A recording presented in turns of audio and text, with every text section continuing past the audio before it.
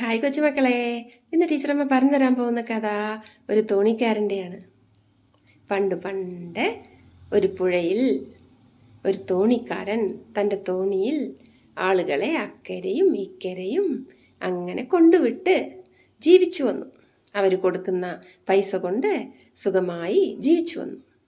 ഒരു ദിവസം അവൻ്റെ തോണിയിൽ 4 പേർ കയറി. അതിൽ ഒരു മാഷും ഉണ്ടായിരുന്നു, ബുദ്ധിമാനായ ഒരു അധ്യാപകൻ.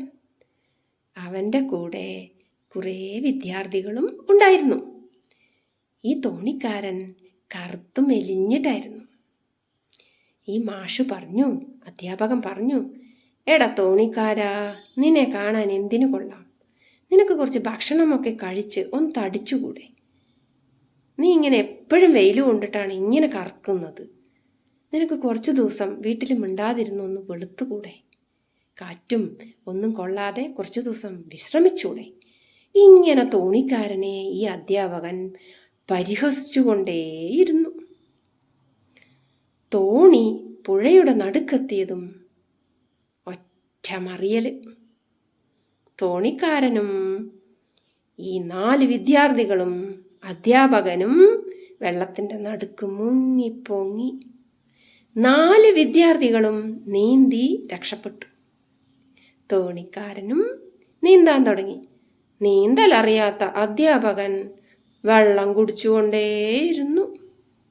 തോണിക്കാരൻ വിചാരിച്ചു, എന്നെ കുറെ പരിഹസിച്ചതല്ലേ ഈ അധ്യാപകൻ, കുറച്ചു സമയം ഇങ്ങനെ വെള്ളം കുടിക്കട്ടെ, എന്നിട്ട് മതി രക്ഷപ്പെടുത്താൻ. ഉള്ളിൽ ചിരിച്ചു തോണിക്കാരൻ. ദൈവം കൊടുത്ത ശിക്ഷയാണ്, കുറച്ചു നേരം അനുഭവിക്കട്ടെ.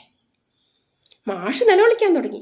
അയ്യോ തോണിക്കാരാ, നീ എന്നെ രക്ഷിക്കടാ, ഞാനിപ്പോ വെള്ളം കുടിച്ചു മരിക്കുമെടാ, എന്നെ വേഗം രക്ഷിക്കടാ, ഞാൻ പറഞ്ഞതിനൊക്കെ നീ എന്നോട് ക്ഷമിക്കടാ. മാഷുടെ ദയനീയത കണ്ടിട്ട് തോണിക്കാരൻ മെല്ലെ നീന്തി മാഷിന്റെ അടുത്തെത്തി. എന്നിട്ട് ചോദിച്ചു, മാഷേ, ഞാൻ നിങ്ങളെ രക്ഷപ്പെടുത്താം, പക്ഷേ നിങ്ങൾ എനിക്കൊരു വാക്ക് തരണം. എന്ത് വേണമെങ്കിലും തരാമെടാ, നീ പറ. ആരെയും ഇനി നിങ്ങൾ പരിഹസിക്കരുത്.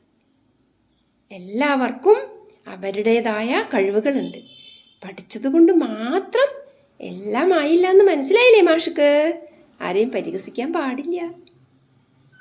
ഇത് കേട്ട് മാഷക്ക് തൻ്റെ തെറ്റുകളെല്ലാം മനസ്സിലായി. മാഷിനെ മെല്ലെ പിടിച്ച് വലിച്ച് കരയ്ക്കടുപ്പിച്ചു തോണിക്കാരൻ. മാഷ് ആ തോണിക്കാരനോട് മാപ്പ് പറഞ്ഞു.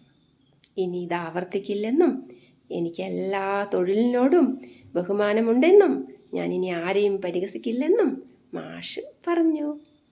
എന്താണ് കൂട്ടുകാർ ഈ ഒരു കഥയിൽ നിന്നും പഠിക്കുന്ന ഗുണപാഠം? എല്ലാം തികഞ്ഞവരായി ആരുമില്ല, അല്ലേ?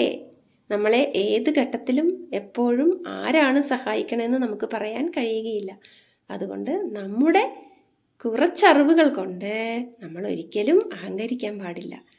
നമ്മൾ വിചാരിക്കാത്ത പല ആളുകളിലും ഒരുപാട് കഴിവുകൾ ഒളിഞ്ഞു കിടപ്പുണ്ട്. അതൊക്കെ നമ്മൾ തിരിച്ചറിയണം. നമ്മൾ അല്പജ്ഞാനവും കൊണ്ട് ആരെയും പോയി അളക്കാൻ നിൽക്കരുത്. കഥ ഇഷ്ടമായോ? ഇഷ്ടമായെങ്കിൽ അടുത്ത കഥയുമായി ഉടൻ വരുന്നതാണ് നിങ്ങളുടെ സ്വന്തം ടീച്ചറമ്മ. ഒരു കാര്യം ഓർമ്മിപ്പിക്കട്ടെ, ചാനൽ സബ്സ്ക്രൈബ് ചെയ്യണേ, കമൻറ്റ് ചെയ്യണേ, ലൈക്ക് ചെയ്യണേ, ഷെയർ ചെയ്യണേ.